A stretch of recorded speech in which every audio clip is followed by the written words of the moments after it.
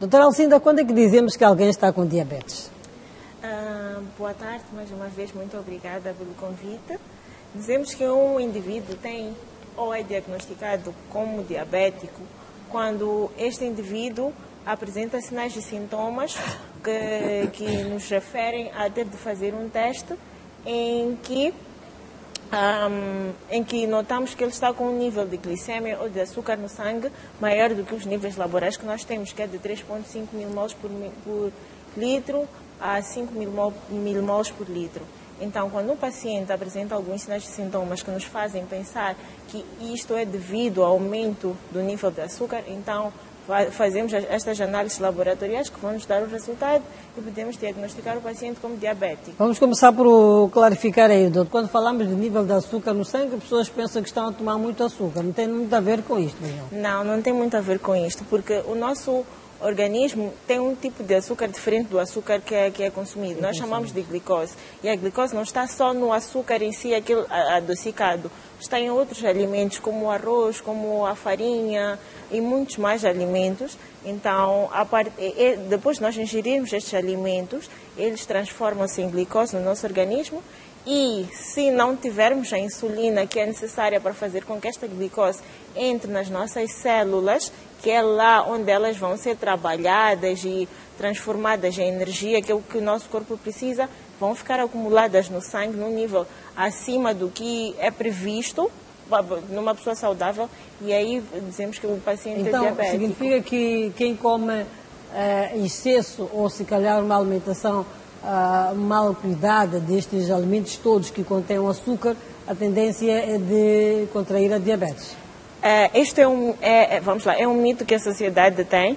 Não é necessariamente o comer muito alimentos que contêm a glicose. É, além disto, além da dieta que não é correta, outros fatores associados, como o sedentarismo, como a obesidade, também temos histórias familiares. Se reunirmos todos estes fatores à dieta que não é apropriada, pode-se sim desenvolver a diabetes. Então é bom dizermos, né? Senão as pessoas depois tiram arroz, tiram farinha, tiram tudo. O receio de comer a diabetes. Isto é necessário para o organismo. É necessário.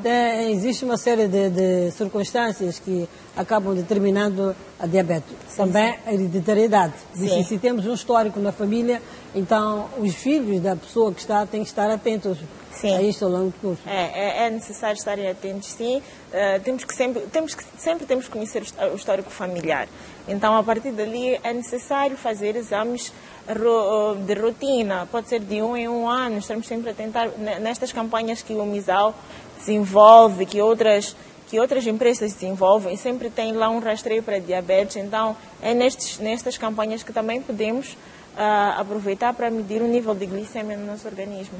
Quais são os grupos ou então faixas etárias mais susceptíveis de contrair a diabetes? Todas as idades? Todas as idades. Qualquer idade pode ter diabetes, mas nós dividimos a diabetes em 2 tipos principais. Então, quando acomete principalmente crianças e adolescentes, nós dizemos que é diabetes tipo 1, que é uma diabetes que é autoimune, que é produzida realmente no nosso organismo. As nossas células destroem o pâncreas, que é onde se produz a insulina. E também temos a diabetes tipo 2, que é esta que é associada ao histórico familiar e a essas outras circunstâncias, como o sedentarismo, como a obesidade, também pacientes ou mulheres que têm síndrome do ovário poliquístico podem levar ao desenvolvimento da diabetes. Vamos falar, doutora, então, dos sintomas. Como é que se manifesta? Como é que ficar atento a que sinais para perceber que algo não está bem e precisa ir ao hospital? Quando nós falamos do quadro clínico da diabetes, nós temos que ter em conta os 4 P's. A polifagia, que é a vontade de comer em excesso e com maior frequência. A polidipsia, que é a vontade de beber a água com maior frequência. A poliúria, que é a vontade de urinar com maior frequência. E a perda de peso também, porque vamos estar a comer, mas não vamos estar a ganhar o peso, estaremos a perder o peso. Isto acontece mais em crianças e adolescentes, a perda de peso. Mas o detalhe, doutora, comer muito, porque nós as mulheres comemos muito, sabe? Então, eu posso comer muito, mas existe, se calhar, a quantidade de pratos ou refeição que a pessoa come por dia. A pessoa, o normal é de 3 a 4 refeições por dia. Então, significa que quem está com os sintomas, quantas refeições faz?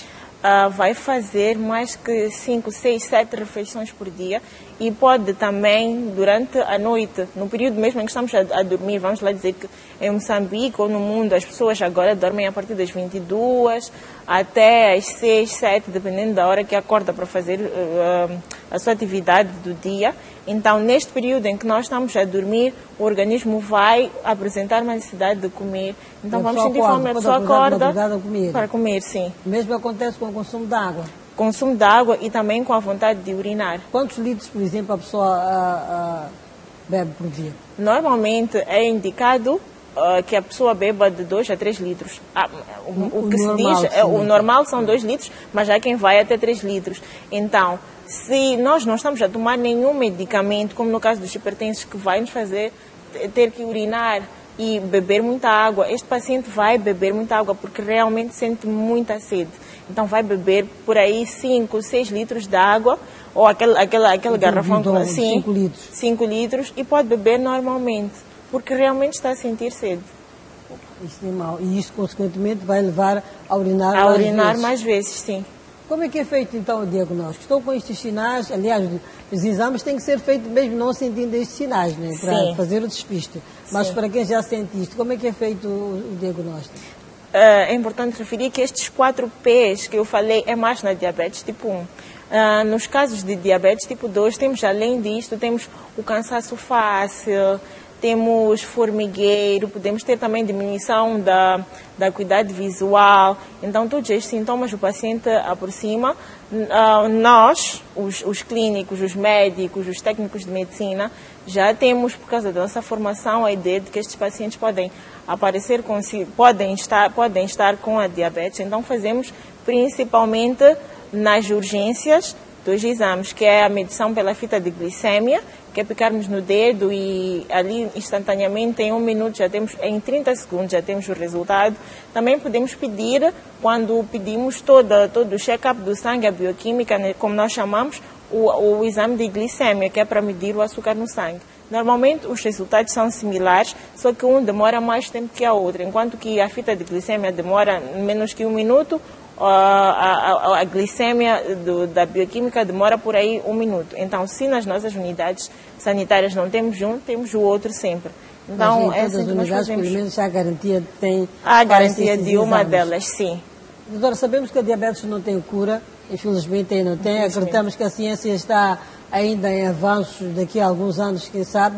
Foi assim com muitas outras doenças, como a tuberculose, não tinha cura, ou já tem. Vamos esperar que a diabetes tenha. Mas até isso, qual é o tratamento que é feito e como é que deve ser a vida desta pessoa que é detectada diabetes? Ok. Nós também, por questões de ser diferentes, dividimos o tratamento em diabetes tipo 1 e diabetes tipo 2. Já sabemos que tipo 1 é mais frequente nas crianças. Nas crianças e adolescentes. Então, neste tipo de diabetes, tem de fazer, em 100% dos casos, a insulina. Que é porque no nosso organismo há falta desta insulina, o pâncreas que produz não está a funcionar. Então, produz-se a insulina artificial que temos que estar a injetar no paciente todos os dias, no mínimo 2 vezes por dia. Então, se for a criança e adolescente, tem que estar ela sozinha no início, de certeza que tem acompanhamento, mas vai chegar uma altura que tem que ser treinada para ela injetar-se sozinha. Sim.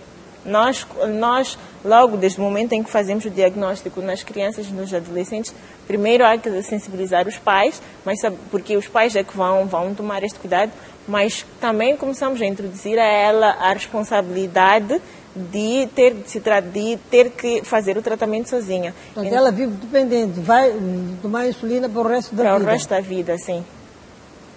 Infelizmente, sim. É penoso.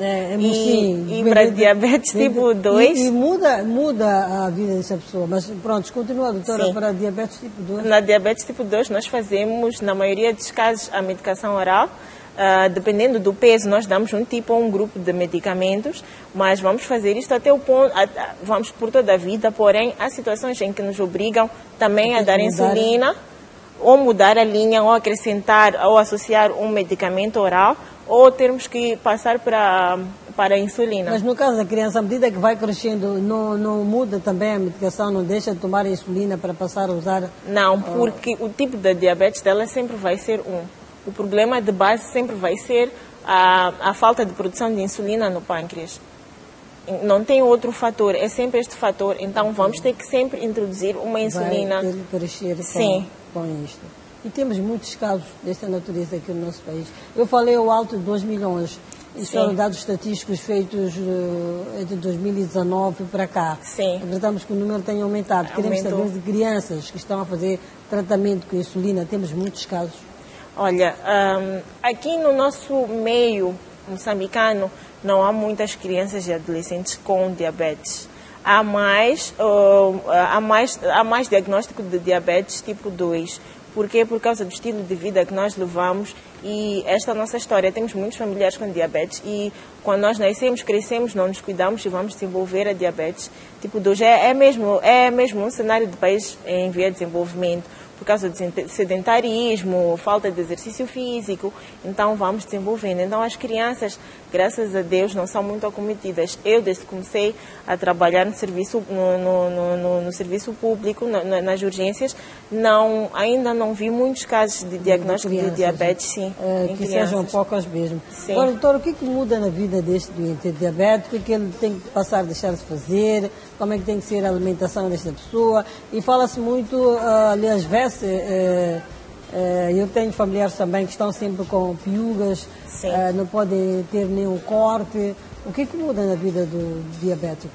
Olha, quando chega o diagnóstico de diabetes para qualquer um é um choque, porque o estilo de vida praticamente todo tem de mudar. Começando mesmo de perceber que não há cura, só há tratamento para evitar as complicações.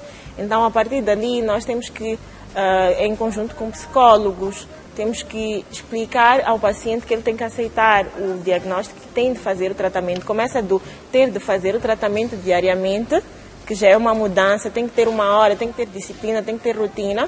Além disso, temos que estar associados à alimentação regrada, além de diminuir ou evitar estes alimentos que contêm muito açúcar.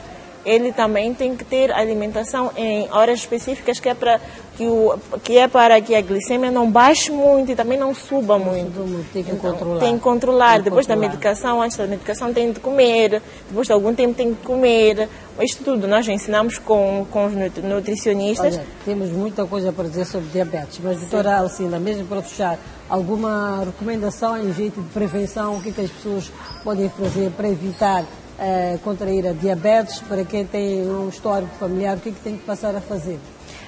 Para quem tem um histórico de familiares com diabetes, é sempre importante nestas campanhas que nós temos aproximar e fazer o despiste ou rastreio de diabetes. Se sentir qualquer sintoma, por mais que seja ínfimo, só a questão de beber muita água, aproxima o hospital, nós vamos vamos também rastrear no momento em que não há campanhas e a pessoa tem que estar sempre a controlar. Além disso, tem que controlar muito bem a medicação, tem que fazer exercícios físicos, evitar o consumo de álcool, evitar o tabagismo, mudar o seu estilo de vida no geral.